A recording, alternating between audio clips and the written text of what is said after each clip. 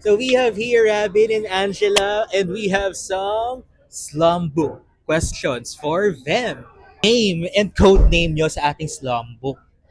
Um, Hi everyone, I'm Angela Muji at ang werewolf code name ko ay Sara Patata. Sara Patata. Hi, I'm Robin Angeles at ang werewolf code name ko ay Ano ba boy? Ano yung motto nyo in life? Ako, ang motto ko in life is nothing is impossible. The word itself says, I'm possible. Ako Chiburit. Oh. Kasi sa Werewolf Boy, paano kayo mag-howl? Ano yung level ng howl nyo? Ganon. Awu! Mga 5 lang. ganun. Ako saglit na. Awoo! Ay, very, very. Kasi ano naubos Very na sa ano pelikula. siya. pala. Very demure. Aabangan nila sa Very movie cutesy. yung howl Oo. na pangmalakasan. Favorite time of the day? Favorite time of the day is gabi kasi I'm a night owl. Mas productive ako sa gabi. Hindi ko alam, imbes na natutulog ako kung ano-ano ginagawa ko. Oo. Yeah. Ikaw? Ako, gabi din, gabi. Gabi din. Mas gising yung oo, day. mas ako din actually. Ako Pero din. ngayon na-appreciate ko na yung umaga. Parang pagising mo sa umaga, magdasal ka, tapos ma-appreciate mo lahat ng bagay. Describe the movie in 3 words.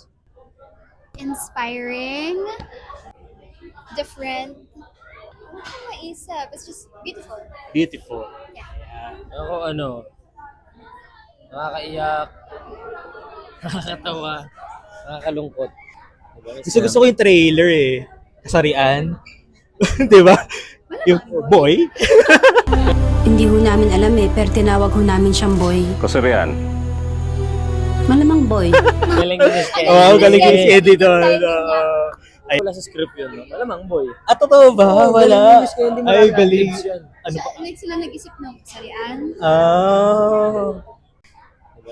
Ayan. Dedication page na tayo, last page. What's your dedication to all the fans para sa pelikula na to? Message. I would like to thank everybody who supported us kasi kung wala po kayo, wala po kami dito sa kinakatayuan po namin and talaga pong binuhos namin ang buong sarili namin para sa proyektong ito. Kaya sana magustuhan niyo po. Ayun po, sa lahat po ng mga tao sumusuporta sa amin. Paulit-ulit ko man po sinasabi pero wala po kami dito sa kinatatayuan namin kundi dahil sa inyo.